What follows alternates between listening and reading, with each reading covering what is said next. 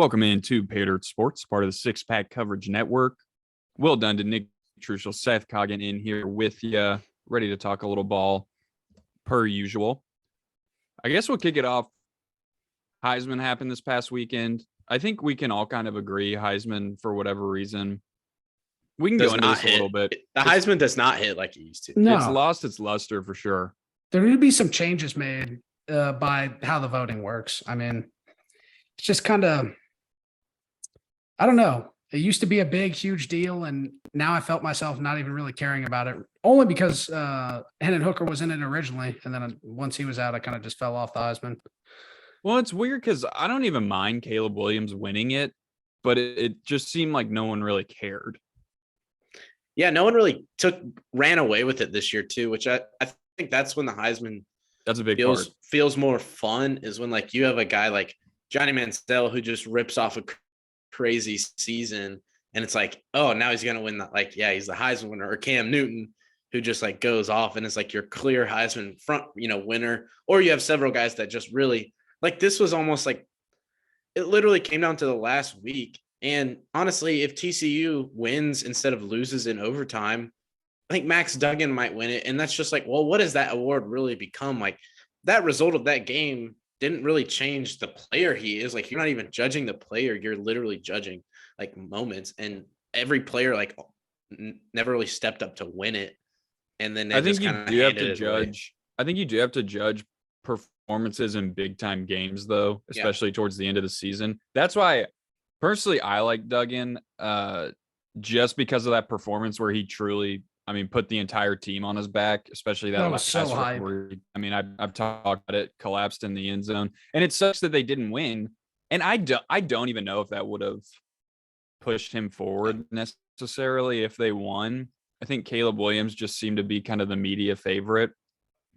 I don't know, but I did think, Seth, to your point, I started thinking back to Johnny Manziel winning it, and it was like, not only did he have just an insane season and was lighting it up the whole year, but he also had the personality as well. I think that's part of it. And I don't know, someone mentioned transfer portal and guys bouncing around and stuff and not really getting to know players as much, especially with so many young guys usually being nominated for the Heisman now. It's guys you haven't seen year after year. You're not used to them quite yet. Even Caleb Williams, you saw him for most of the season last year at Oklahoma. And then he plays at USC this year, which usually, there's a little Pac-12 bias. So a lot of people just don't see a lot of those Pac-12 games. Yeah. I mean, maybe it's because, as Vol Nation, we feel a little jaded because of Hendon. Didn't really feel like Hendon could have really got the nod, at least to go to the they should have ceremony, just and then invited 5 people. I think just say we've had 5 incredible players. These guys are going to be invited. I don't think there's anything wrong with that. Is there a rule saying a certain amount of people have to be invited or could be invited? I haven't heard of one. I know when they're making everything up. Yeah, they're making all the rules that they can so bring they can 10 change guys them if whenever they want. They could, it is kind of dumb. Just also, it's like another insult to injury, because there's no telling if he plays those last 2 games, his stat lines too are like going to be like, there's no way he's not one of your top 4 guys. So you're literally punishing a guy for getting injured like with 2 games to go in the season.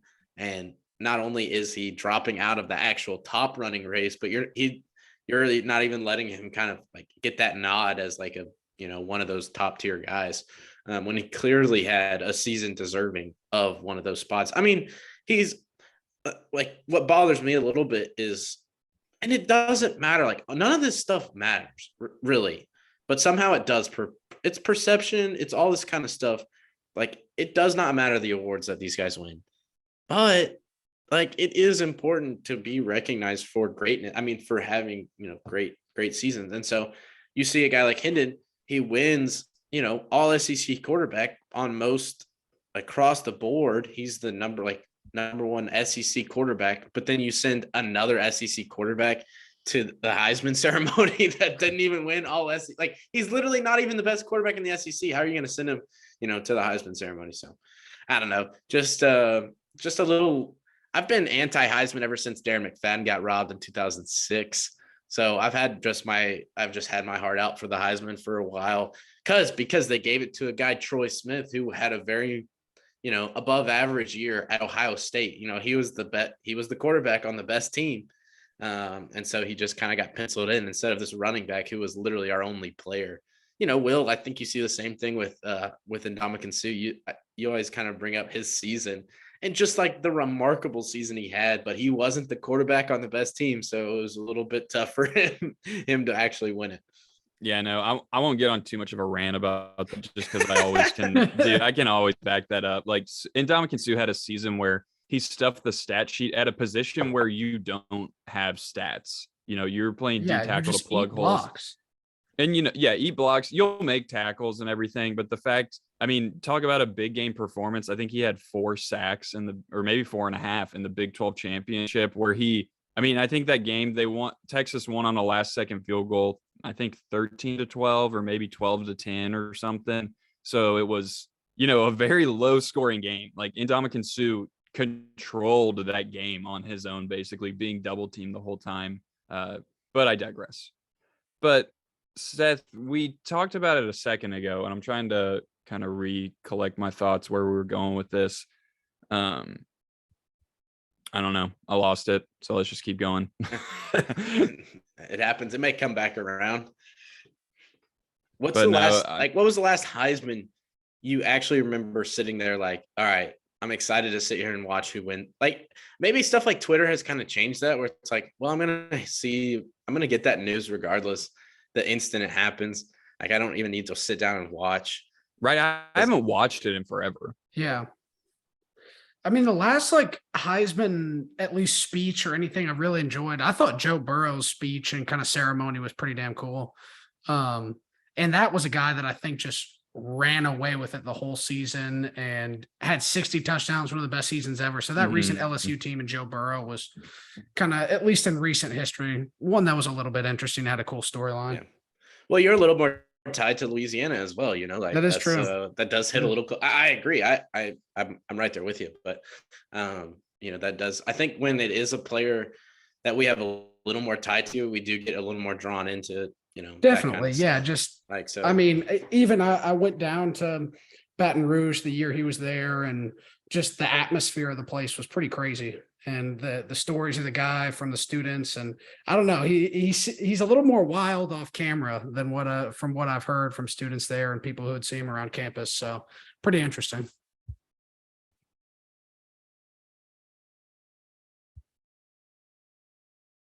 Uh-oh.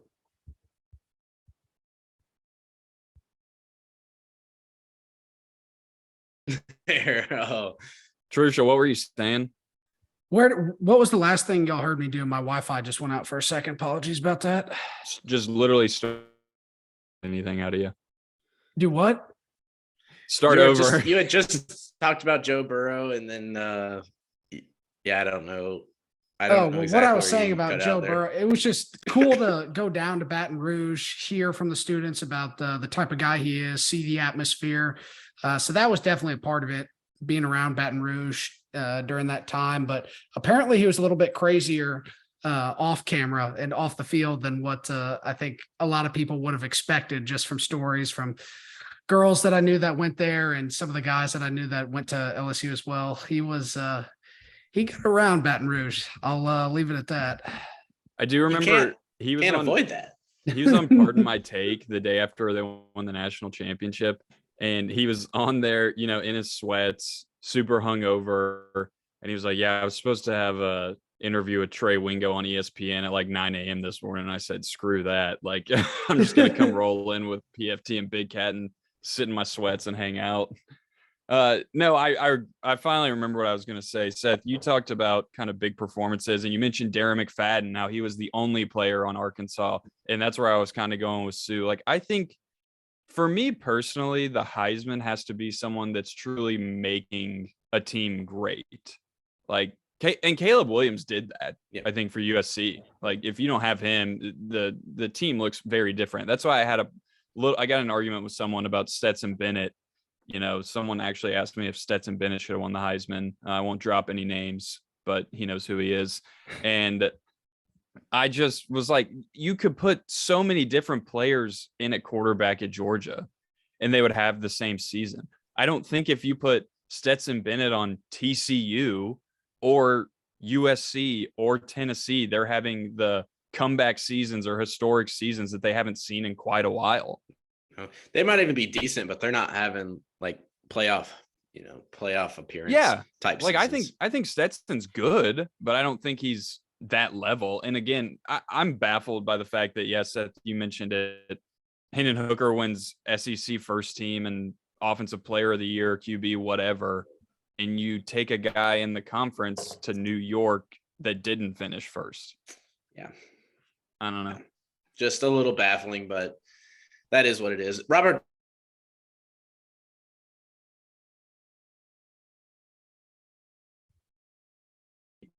Team is like taking a team from nothing to at least pretty good.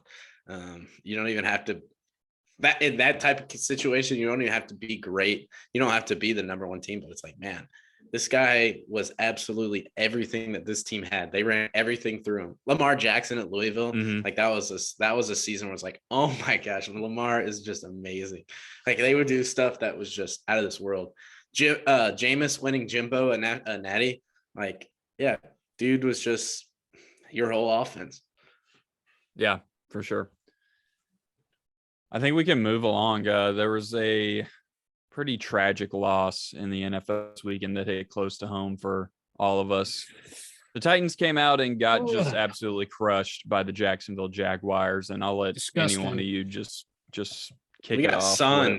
We got sunned. We got punked in our own crib to the Jags at our own house for the first time since 2013.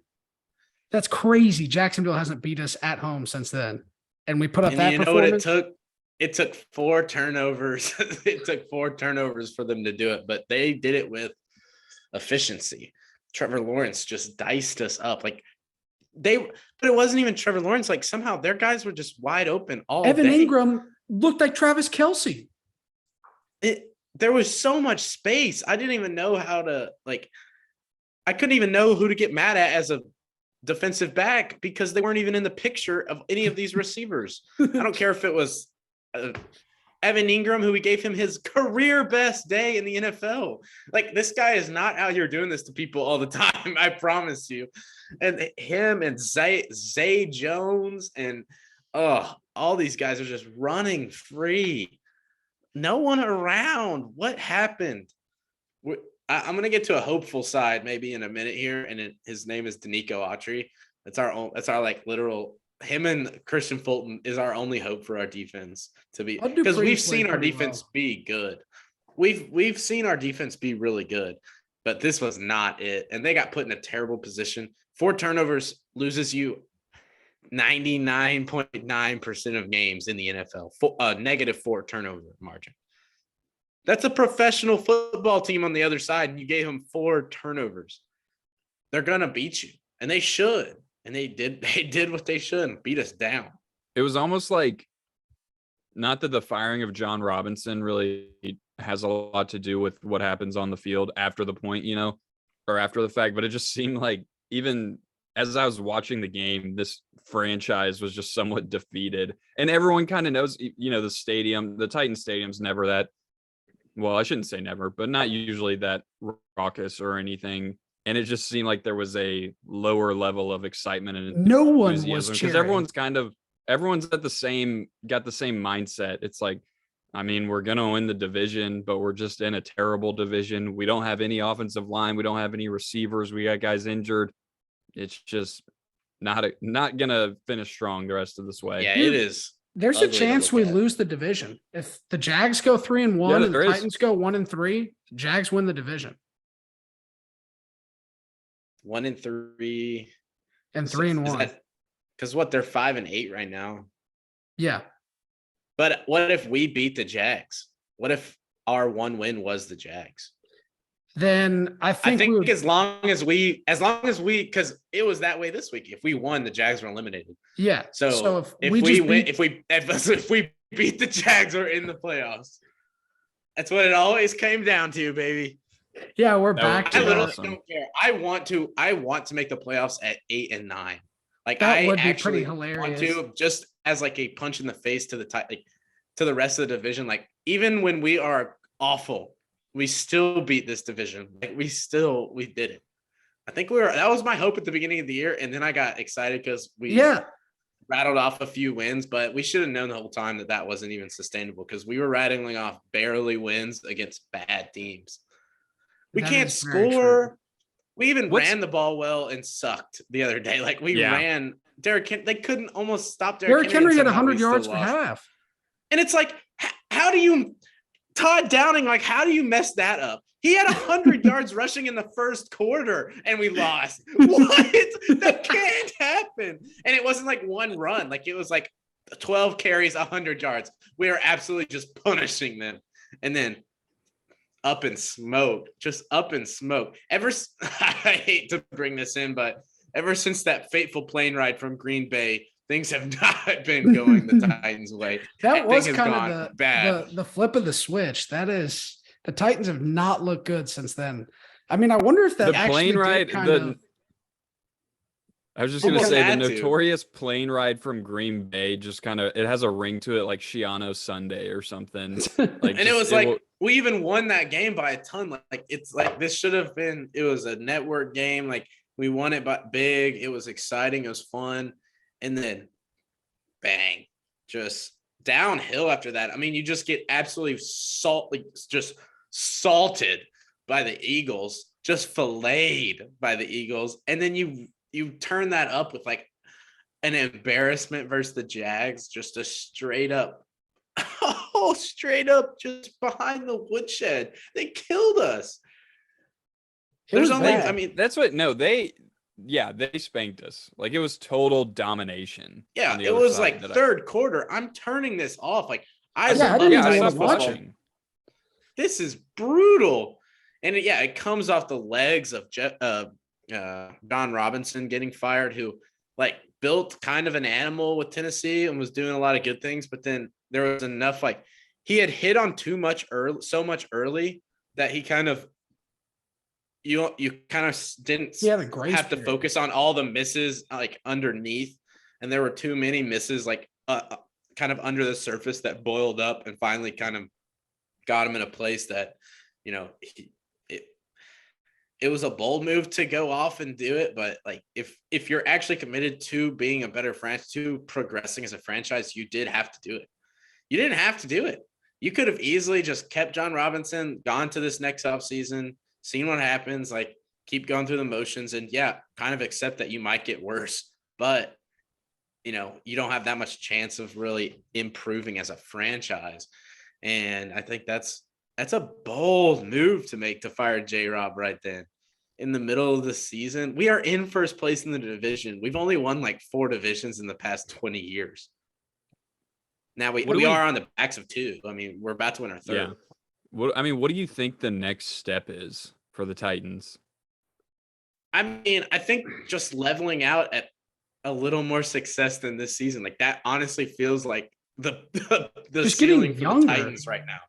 Like I feel You like know, we're so old. I think you got gotta to start over almost. especially. I think you gotta revamp the offense. Like we cannot be doing this. I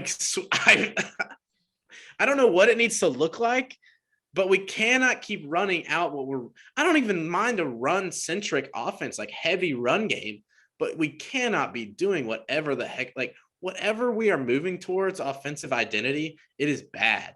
It is terrible. It is bad and it is antiquated and it needs to go. That's what I think Greg Olson was the one who said. He was basically saying your identity can be run game, hard-nosed football, but once someone takes that away from you, it's time to start looking for something else. Yeah, and people have taken that away. I mean, to varying extents, but like you look at San Francisco and their offense is extremely run heavy, but they still have brilliant elements of the passing game, and like it's just run different. It's a different system that like. And that's why Brock Purdy's having success. Yeah. Yeah, he looked amazing. I think to be honest, I think that really is where the crux of the Titans franchise sits, is where what is our next quarterback situation? Like we've gone from, because I think where we are now, right? If Ryan Tannehill is our starting quarterback, we do have a ceiling. Like unless everything else is perfect, which is kind of the view we've always maintained. Yeah, the like, time has passed on that. Yeah, I mean, yeah, I think he has to be pretty much cut exactly. next Because year. the factor, like for a moment, our team was lining up to like let Ryan Tannehill be a Super Bowl winning quarterback, like an elite run game, an elite defense, and like you just put the right guy in there to manage it and like not make too many mistakes, and we could win we could win the big one because we have enough pieces around it. But then, you know, he goes out and throws 3 interceptions, and then all of a sudden the window closes, and he's definitely not the guy to get you over the hump. But like, where do you find that guy? That's where he's been so timid, is because for so long we didn't even have a guy like Ryan Tannehill. We didn't even have a guy that could start a whole season healthy, or a guy that could be consistent enough in the NFL to like keep you to just be competent. Like we liked Ryan Tannehill because we didn't have we went through the doldrums of finding a quarterback, and like, where is the next one coming? Like Ryan Tannehill obviously is not a long-term solution. He might be your starter one more year. He might. But that is it can go no, and you probably even need to have a plan in place next year. Yeah. We'd save, I don't know. I think 37 million if we cut him next year.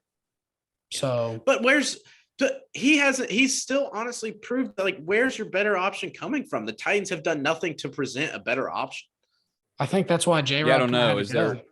Yeah, that's all part of the equation. Like, even you draft a quarterback pretty high next year, and he is just not the guy. Like, I do not see Malik Willis. You cannot hand the franchise off to Malik unless you're going tank, which, I mean, at this point, we can't even hardly tank. We're so good, we can't even tank. I mean, is kind of a position I want to say. It's like, even when we are and Mike Vrabel like, would never do that. There's no way you could pay Mike Vrabel to tank. I don't think that's in his DNA. So I don't really know where we go, honestly. It does feel like an era is like closing. It's coming to an end. Yep. There's gonna be a new look Tannehill. Titans at some point. The Tannehill Henry era was pretty good. I mean, it rivals. Like, it only is probably surpassed by McNair George in terms of like a duo. Yeah, and I mean, McNair George only made it one more game. Yeah, they were little. Yeah. And are we going to say Collins Johnson up there with what are the best because they never duos? even made it to. Did they ever win a playoff game? No, they got that year. They went 13-3. They got bounced by the Ravens, just like what happened to us 2 years ago. Gosh. Yeah, but Tannehill has done it over several years. Like, they have been a sustained run. Collins Johnson was 1 year, and that was pretty much a one-off. Wasn't that okay? Was Vince Young on that team? Yeah. It was like a weird year where he got benched. Yeah, weird year of quarterback. And then Gary Collins was just dynamic. God, man, we've played so many quarterbacks that just sucked. We've run out some bad quarterbacks over the years. Ryan Tannehill's the best quarterback we've had since McNair. Yeah. So probably that's second best Titans quarterback ever. I guess, like, we have been saying the right things for so long, but then we didn't realize like how sad that actually was. It was like, hey, Ryan Tannehill's our best quarterback since like 20 years ago. It's like, oh, that's really unfortunate. That's like, you didn't even like have really bad because he's not that good. That's like really bad. But I mean, there's also some. I mean, even like, how many other franchises have had no good quarterbacks over 20 years? I mean, I can't really think of any other franchises. Maybe the Browns. Yeah, I'd say the Browns. But the Browns I mean, the fact that we can kind of like loop the Browns and those Browns and the Titans in that similar category of horrendous quarterbacks, like, that's not a good thing. Yeah, I can't think of like anyone that's just been so consistently nothing at quarterback. Like, every team has at least had somebody for a couple of years. Yeah. I think what the Titans have got to do, we can talk a little draft maybe. Like, I think you have to draft an O-lineman first round. Left tackle to replace Lawan, who we're going to have to cut next year. Yeah. Hopefully. And No, then we need to draft 6 linemen. If we are not having lineman problems anymore. Screw it. We're I getting. think I We're would be drafting totally 6. fine if they drafted 2 linemen in the first 3 rounds. I would be fine with that as well. Do If it. we took a tackle and a guard, that'd be great. Or even a center. This 'cause is I gonna mean, be. This is a good crop of quarterbacks. Like, draft one early. Draft one in the first round. You probably get a good one. Yeah. Like, think about the actual list of draft eligible guys that are probably going to be out. Oh, there's there. a It's lot. like, I say Yeah. Titans go get Hendon Hooker in like the 2nd or 3rd round. love it. I would love it. I'm waiting for the Titans to get KJ Jefferson. That would be awesome. That's my ultimate dream as like just a fan dream. KJ Traylon Jefferson and with KJ. were together. Traylon, KJ, and Derrick Henry all in the same offense. I would lose my mind. That would be amazing. Put KJ next to Derrick Henry and just let those guys eat. Even though Derrick Henry would be pretty old by then. Like, Yeah, Henry's. I mean, think, another sadly on his year- way out as well. That's what I'm talking about. There's going to be a real like new era Titans offense pretty soon. Henry is probably gone within but 2 let years. I'd say 2 or 3 years.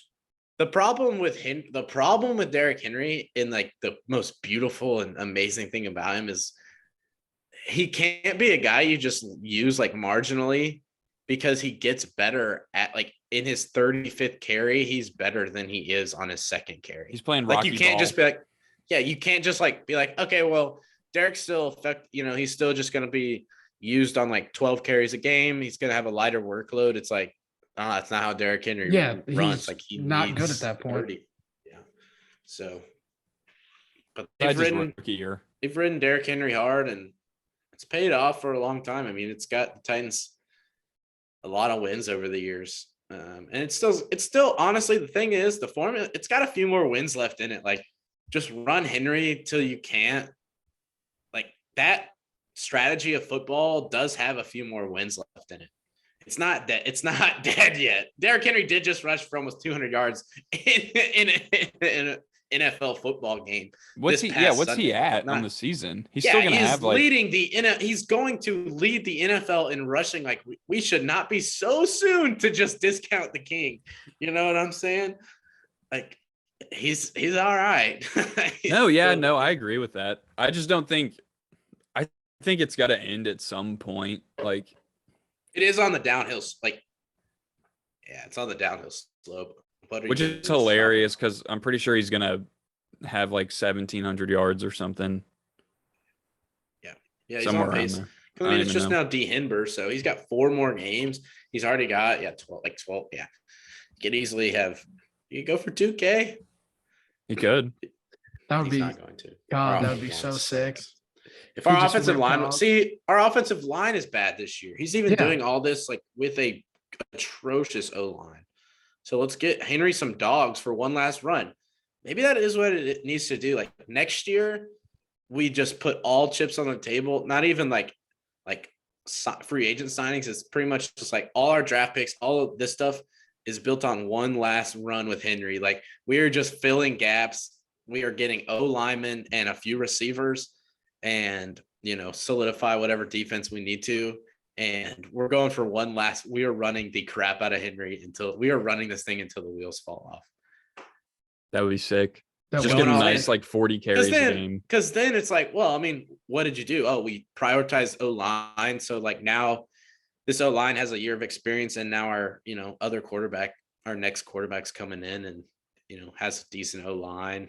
Good way to succeed. It's like pretty much it'd be an easy transition to the next form of Titans football. Well, I think that's what's interesting is for the past few years, really, the Titans have been playing the short game, just trying to win. They were in win now mode for like a couple years, if that makes sense. And I think now you're at the point where it's like, okay, we kind of got to almost a retool. rebuild, really. Yeah. I mean, it is a rebuild. That's what it's going to be, honestly, because you got to go with a whole new that era. Like we keep saying over and over again, that era is going to be gone, kind of. Yeah, and Sad. it sucks to start to rebuild something that never even like truly won. You know what I'm saying? And like the Titans don't traditionally, we just have to trust that it won't be like the last time we had to rebuild, it took us 18 years to like put together a good team again. You know what I'm saying? Like we literally just have to believe that, with Vrabel and, Amy, God bless her, in charge, that will pick it right back up and can jump back and maybe even jump higher, because we're never going to get to the top of the league like on our current trajectory. So our only hope is to rebuild and try something, different, and maybe we can make it with that. So I think we got the right. I mean, I think having Vrabel as our guy, like, we gotta, let's be honest, where we're okay. So we do look at a John Robinson firing. Like, of the past 4 or 5 years, what has been the Titans' actual biggest issue? Like, personnel problems. Yeah. Whether it's through injuries or bad signings or bad draft picks and stuff, like, they haven't really had issues like winning football games or getting in good position to win, or winning games with lack of personnel, like you said. Yeah. So that tells me the coach is the right spot.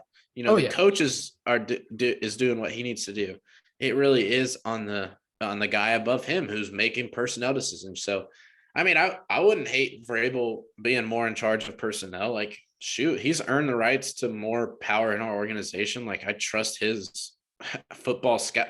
You know how close he is to like football scouting? Like, he's literally been there and is such a good eye for like, this guy that can play, or like, this guy, I don't know. I would just trust his football acumen to come in there and do what needs to be done, get the right players in there. We could just be so much better as a team. Our personnel is not good. Our personnel is bad. So you put good personnel in that same position, they're going to really succeed.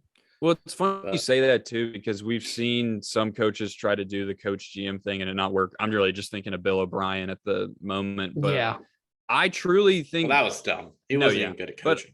But I truly think Vrabel could do that. Vrabel's not getting rid of AJ Brown. That's one thing we definitely know for a fact. Oh, yeah. He was pissed when John Robinson did that. There's like a video of Vrabel freaking out after AJ got traded. Yeah, and I think, too, I mean, you see him at the pro days and everything doing drills with the players. He knows. And he was him and Robinson. I mean, I guess Robinson obviously had the final say on everything, but usually him and Robinson were in talks about players and scouting and everything. I'm sure he could do that. Oh, yeah. I think Vrabel was very involved in all of those decisions, and J-Rob and him were very close, I think, in a lot of stuff they worked together. So it depends on – the only reason why I'd be a little nervous is because I don't necessarily trust our coordinators a ton right now. Yeah. And maybe taking Vrabel away from some of that and putting more of his focus on a GM standpoint could really make things go downhill from that standpoint. It could. You're right, because that's a lot to put on a guy's plate. And I would assume maybe it was going that down coordinators regardless. would have to take over. So at least on some of that stuff, he'd have to give up, which could be not good.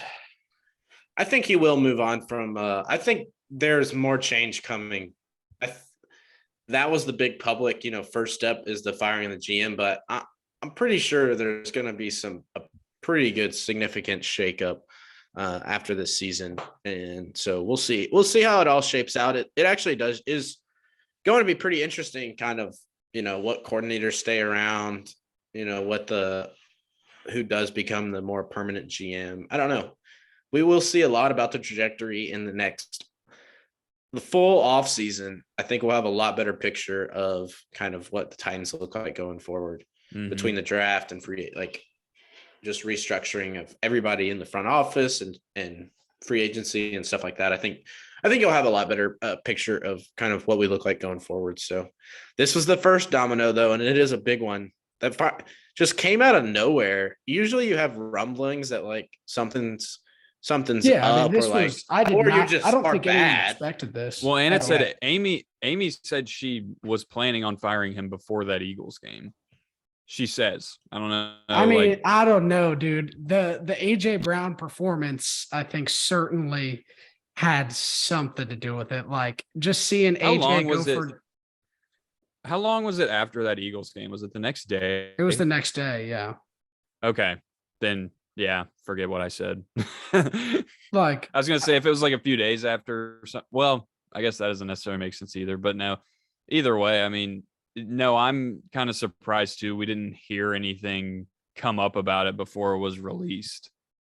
Right. Unless Amy was just keeping it close to the vest. She I makes think her own moves. there is potential for that. And I was doing some reading online. And what I read was pretty much this season from a GM standpoint is just about done. There's not going to be any major free agent trades.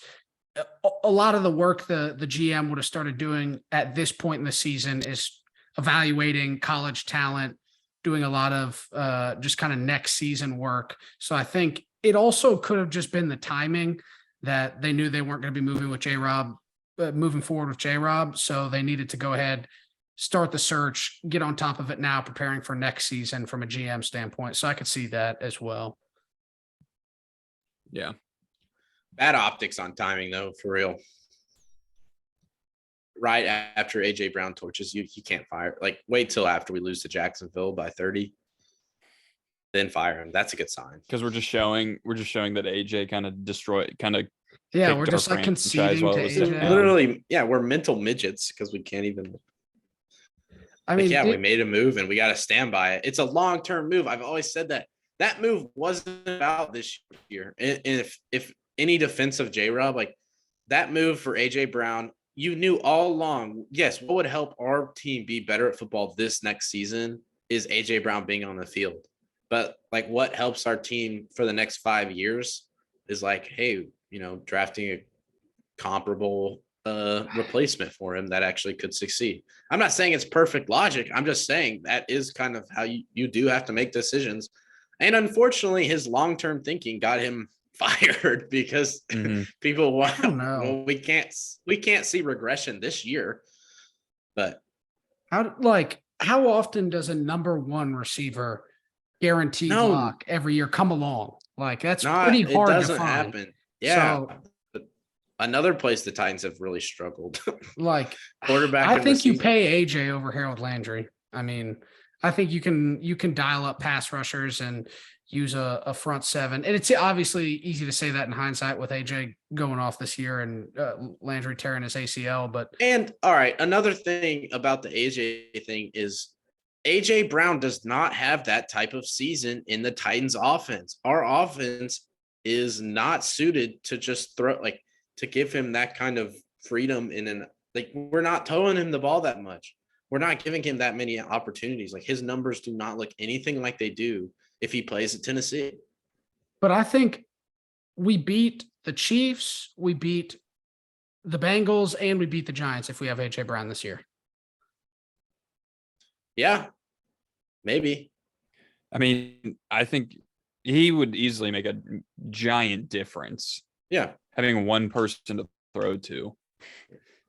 Because, I mean, with Treylon being out, obviously slow start to the season. When Cody Hollister, Jeff Swaim, and that's what I'm saying. That's what I'm saying. It goes so far beyond AJ Brown. The problem wasn't trading away AJ Brown. The problem was having, Cody Hollister as your number. Yeah, 4. Having no one else as well. Yeah, that was your big free agent signing was Robert Woods. He's a good number 3 receiver. That's what he should be. Like he should be your solid number 3 guy. That's like, okay, yeah, this guy can make plays for us, but he's not a number 1. Like he's not or a number even 2 really a number guy. 2. Yeah, at this point in his career, maybe at one point he was a number 2, but I think borderline number 1. But at this point, not a number 1 or 2 in your offense. Like Nick Westbrook-Akina is not your number 1 in no planet. And that was the plan. Like, even if AJ Brown's there, Nick Westbrook-Akina is your number 2. Like, that's messed that's up. my problem. I truly think Nick Westbrook-Akina, like in other franchises, is almost a practice squad guy. That's what's you're not wrong. Like that's yeah, seriously. We're trotting him out as a number 1 in like half the games this season. It's so brutal. And I liked Tajay Sharp probably more than I like Nick Westbrook-Akina, and he went over to the Vikings and was like bouncing up and down from the roster to the practice squad. Yeah, dude, Taywan Taylor might have even been better than. No. Yeah, you could bring us a long list of bad Titans wide receivers. I did. We remember Justin Gage or Nick Westbrook-Akina. Oh, dude, 12 gauge, baby. Come on. Nate Washington was legit. Nate This Washington. is a good one. I mean, Nate Washington is kind of what's embarrassing, though. Like, he is truly one of the best Titans receivers of all time. Like, he's good, but Of all time. he's probably number 3 now that AJ had his little stint with us. It's like Derek Mason and AJ, and then Nate Washington. That's so sad. Kenny Britt. Kendall Wright. He's good. Kendall Wright. We have been so bad. Dude, J-Rob looked like a good GM to us because all of our other GMs were even worse. Like, we were the worst. We've been like the worst drafting team of all time. Dude, Kendall Wright in the first round is Bishop Sankey at like pick 34. Like this bad thing. Dude, Bishop Sankey was horrible. Dude, I thought he was going to be good. I remember that. I did too. I was excited. Yeah, I was excited at the time, but that shows how dumb I was. Dorial Green Beckham. I thought Thank he was. God we got rid of him. He was a trade at least, wasn't he? No, dude, that was one of the best trades the Titans had made like ever. Yeah, because we got DeMarco Murray out of that and a pick. I thought Dorial Green Beckham came over when we traded Dorial Green Beckham to get that left tackle who played for us. Dennis Kelly. He was kind of a Dennis Kelly. Yeah, I knew it was Kelly. I couldn't think of his first name. That's a good trade. Yeah. Yeah, that was a good trade because Dennis Kelly, he actually was solid for us for a while. See, that's another thing too, that like your offensive line had so little depth that when one guy got hurt, it just threw everything into just pure terrible chaos. Like your starting left tackle got hurt and just there was never any even option to replace him. Dennis Daly is out there getting abused. He's so bad. And he was your best option. Like, and you knew that going up to the trade deadline and you didn't even do anything. Like, get someone else in here who can play left tackle. There are better options. There are options out there that I promise you we can make work better than what's going on out there right now because it is bad. And they can't take him out because no one's behind. Like, if anyone else in the league is having that type of like back-to-back game stretch of just pure being that awful, they get pulled. Like, someone's coming in, whether it's a rookie or like someone's coming in, because this cannot be the norm every single week of just getting abused. Even several throws Tannehill made, Dennis Daly's on the ground and his guy has hit Tannehill. Yeah. It's pretty atrocious. But that's one injury away. That was one injury away, J-Rob. You were one injury away from Dennis Daly being your starting left tackle, bro. Like, that is not good. That needs to be just – look, we've got 2 guys sick with the flu this week. We got several guys down for the year. Like, we're on our 9th, 10th, 11th guy of the season. We're just depth. I guess that is the Titans' problem. Like, on the front line, they have a good roster of their, like, 22. Like, of their starting 22, it's like, well, that looks like it could be a competent, good roster. But that's not how the NFL works. You're going to play 80 guys in the course of a season, and they were not prepared. Like, they did not have that many good players at all. They can't fill any holes right now. And they have a lot of holes. They have a lot of holes, and they can't fill any. It was like they saw success with it last year, so they were like, all right, I guess we just won't get any more good guys because we can just game our way into wins. Yeah. And I will say, like, when the Titans are ugly, they are uglier than most because they play like a not very glamorous style of football. Even when they win, it's kind of like, oh, that was kind of way too close against a bad team late in the game. So, like, then when they lose the turnover battle by 4, it just can get out of hand because their offense sure as heck cannot keep up like with that. I mean, obviously they turned it over 4 times, but they didn't score very much outside of that. Like, their offense just can't hang with anyone. So if there's anything lost, it's just ugly. Like, it's just bad. I don't know. Like, I guess my hope is that at this point, I'm just essentially just praying for a miracle in the playoffs. Like, this season just ends with a loss. I mean, Yeah. it's almost guaranteed at this point. Like, I don't even know.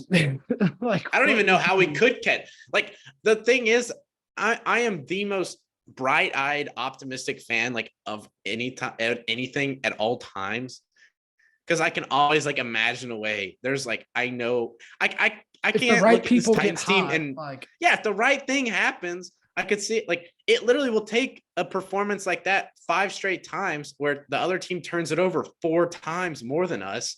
And yeah, if in 4 games in a row, 4 teams turn it over like 4+ times, yeah, I could see us, winning something. But that's just not how, like, that will never happen. So it literally is just a miracle. There's no rational way based on our roster or how we play football that we could do it at this point. I didn't even know I was going to come down that strong. I didn't even know I was going to come down that strong on the Titans, but I went there. Like I saw darkness when I saw that game the other day. Well, that's what totally changed my tune. Seth, you and me kept talking like a couple of weeks ago when the Titans were up and down. It's like, oh, we just got to get to the playoffs and hope we get hot. Now it's kind of becoming clearer and clearer that it's just there will be no getting hot. Like maybe they'll surprise us. Maybe they'll win a game. They could get hot, but even their hot is not good. Like, they could start. They will start playing better than they played the other day. Like they will not play that bad the rest of the year.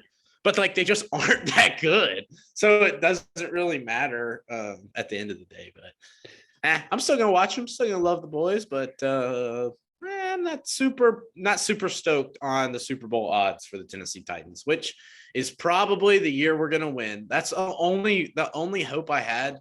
Is like for the last 3 or 4 years, I've been like, no, we're really gonna win the Super. Like I believe our team can win the Super Bowl, and we haven't. Now I'm finally starting to like put it in my head that we're not going to win it, and somehow they're gonna. I hope to God they prove me wrong. I would love nothing more, but I do not see it. No, I mean, do not see it. I think with injuries piling up and everything, they seem to be just getting worse every week. I don't know if we just have the depth and talent to really do anything. I mean, do you think that is on the strength and conditioning staff? Is that something that's going to need to be changed? Because like it's been way too routine for the franchise right now. So there need to be some changes in terms of the last 3 years. We've had like the most injuries in the NFL. That just doesn't happen. Yeah, like, something's up with that. And I don't know what you go to with the strength and conditioning staff. Maybe it's a mobility thing. You need to be making guys do more of those kind of exercises, because some of them are kind of weird. Some of them are broken bones and stuff, which I don't know how you combat that a whole lot. But yeah, when guys are pulling hammies and stuff, that's like, are we stretching guys out? Do we know? Like, are we taking care of guys' bodies after games? I don't know. Something with the training staff, strength and conditioning, something needs to be changed, because the consistent theme of injuries, if that happens, it doesn't matter how good our roster is. We're just not going to have depth to be able to beat anybody come playoff time. Yeah. Oh, well, I guess we'll move on. What was it? Was there a bright spot from the game the other day?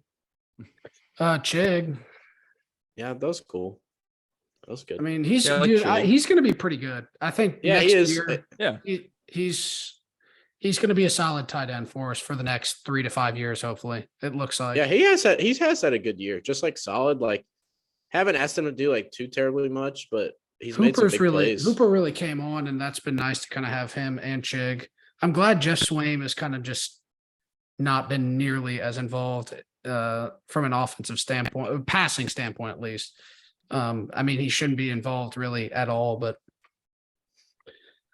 oh well. Such as the Titans. The swing or the bubble screen pass to Jeff Swaim of him like jumping up and not even like the incomplete bubble screen to Jeff Swaim will haunt my memories for my entire life. I'll remember that forever. Like I think it was that pod that you said, Will, how was the thought process? Okay, let's get Jeff Swaim into space and see what he can do out there. Yeah, we get into space, Jeff Swaim. Get that boy moving. The Lions throwing to Penei Sewell the other day. That was crazy. Made more sense than that.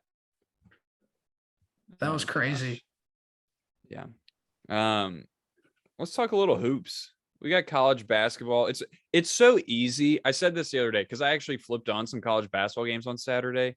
It's so easy to transition when things are not going well for you on the football front, you know? Oh yeah, Oh yeah, basketball season comes around at a very nice time. balls are rocking and So- rolling right now. Well, and Yeah. that's what it depends on where you're at with your football team. Like sometimes you don't start watching basketball till January or something. But for a lot of people, it's all right. Let's go ahead and let's turn our attention. Oh, to I've spent a lot of time watching basketball in early November. We have had some bad football seasons. It has been a breath of fresh air whenever basketball starts for Arkansas fans. So yeah, we've been paying attention early for quite a few years now. So yeah, we're starting to heat up. We're starting to heat up this year. It's going to be a fun one. A lot of fun teams. A lot of SEC talent, which is always fun when the SEC has I kind of a think stronger the SEC conference. has what 6 ranked teams this year. Looking like it now. They've had a good out of conference record. They've won some big games. It's looking good and really exciting for some teams close to home for us. Vols and Hogs have kind of been two of like the main 4 or so programs over the last probably a little bit here. They 5 years up and or down so. up and down a little bit throughout that, but kind of the main players in the SEC. Kentucky and Bama's been pretty solid. LSU's had some good teams. There's kind of been a rotating 4th, but I'd say honestly, yeah, of the last even Auburn. yeah, Auburn's been in there quite a bit, but they've had some down ones too. That Final so- Four season was pretty nice for them. Yeah, that was cool. It'd be nice for Tennessee to rattle off one of those. Yeah, It's- that's still furthest Tennessee has ever made it is Elite 8 under Bruce. I mean, you got to think Rick Barnes. My thought is a little bit of, not fully in. He's never been my coach, but it's like you got to think he gets through at some point. Like the tournament, as much as it is about the better team, like a lot of it is almost not random, but kind of there is some kind of luck involved in making some runs. Like at some point, he's got to catch certainly. a little bit, just enough to like make I it. mean, he's Elite Eight. due. Like I don't even. He hasn't Yeah, made the I don't Final even- Four since TJ Ford at Texas in like 2006. It's been a while for old Ricky B. He needs to make some kind of magic happen. Yeah, just like choking, not even choking. See, it's always funny to me when they say coaches choke. Like, how could a coach choke? Like, yeah, they might not have had their team most prepared, but I wouldn't say a coach would ever choke. They just like weren't good enough at coaching. Like they just didn't have the team ready. Yeah, the players should already be ready to go at that point. Yeah. So, because he's had so much talent, like there has been enough talent roll through there to like they've had several capable teams to like make deep runs. Even at Tennessee, like forget his time at Texas. Like let's just think about his program at with- Tennessee. Like dude, they've had when- enough. You had 2 Grant Williams' teams team that was- you had 2 teams that really people thought this team could win a national championship or make it Yeah. super far in March. And it's true. So you just said it. One of the Grant Williams, Jordan Bone, Admiral, Kyle That team was Alexander, nasty. Lamar I really Turner, thought that was a Jordan team. Bowden. Yeah. I thought Yeah. that was a team for sure. I picked them They to were win number it that one year. at Like one I point. really thought that Tennessee team was going to take him at least to the Final Four. Because I really they were thought all so. juniors, like juniors and seniors, all good. Like that was the perfect storm. I can't believe that team lost in the Sweet 16. And it was cool because that was the team that Rick built. Like those were 3-star guys 3 stars, yeah. that he truly helped develop and turn them into, one of the best, most talented teams in the country. Dude, really. Grant Williams was Um, playing like 25 minutes a game in the NBA Finals last year. Yeah, exactly. I mean, if he didn't go to Tennessee I- with Rick Barnes, that doesn't happen. and I'd probably say Well- honestly, last year is the other team you talk about having a real chance to at least make a deep run. Like it was, I wouldn't say it was a better team. I thought it was a more dangerous team. SEC Like they just always champions. had, I mean, well, they just always had a threat to take the top off because of their shooting ability, really. yeah. And especially with having a leader like Kennedy Chandler, that point guard that could just get to the He's so rack. good. Sakai Ziegler's defense was crazy.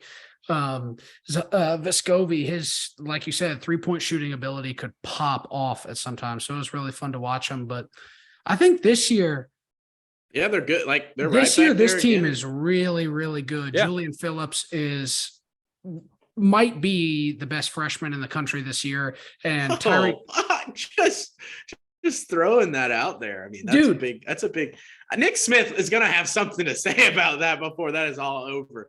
I He's 3 mean, games in, averaging over 20 points a game, just hopped in. Like he's we'll gonna be all see. right. Dude, Julian Phillips, Yeah, what we he will does for see. this We Tennessee will team see. is crazy. And Tyreek Key, the transfer from Indiana State, has been insanely good as well. So I'm excited to see what this Vols team can do. Number 6 in the country right now, well ahead of Arkansas, who is number 10, I believe. Yeah, Well ahead. just But so Bama's far up to ahead. number 4, right? Yeah, got some good wins. They Hey, It's good so for what's- us. They That's beat good 2 for us number 'cause 1 we gonna teams, beat didn't them. they? Houston and Of North course, Carolina. North Carolina's out of like I don't even know if they're even ranked at this point, but they were number 1. Yeah. True show. What's the deal with is Josiah? Is he hurt right now? Yeah, he is hurt, and he tweeted out a picture of a quote that Geno Smith said recently that I thought was actually a real cool quote. How he said, "My worst moments would be somebody else's dreams." So I fought through all that, and Josiah Jordan James tweeted that like on Saturday or Sunday or something. So I would think he's going through some tough times right now. I would think Josiah Jordan James might be missing some serious time. What's the injury? Is it late? I don't even know what it is. I think it was lower body. I want to say it was knee or ankle. I'm trying to remember, but yeah, something that has been nagging him all season long. That's tough.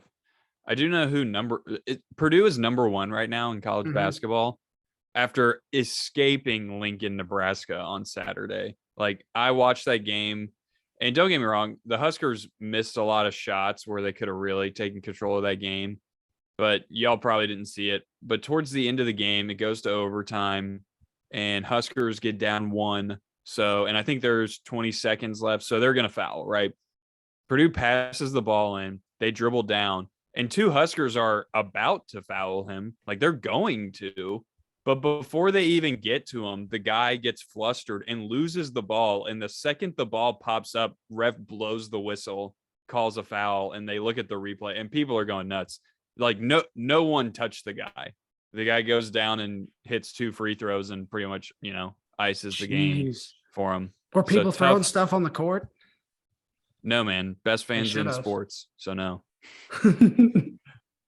But no, it's the Huskers are having kind of an exciting season. I mean, their record isn't that great at But the they already moment, got but a they did beat really big win, didn't they? They beat Creighton.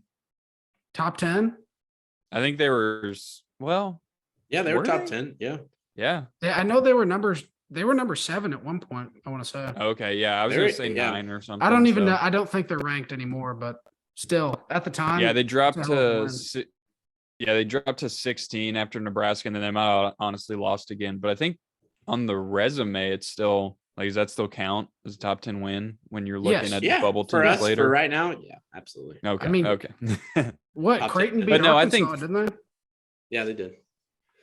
Fred Hoiberg is it looks like you kind of see a turnaround happening because Husker basketball's been pretty down in the dumps recently. Ever since Tim Miles got fired, which I still kind of disagree with that whole firing that happened. But Hoiberg looks like he's finally turned around. They have some talent. It's not a great shooting team, though, in my opinion.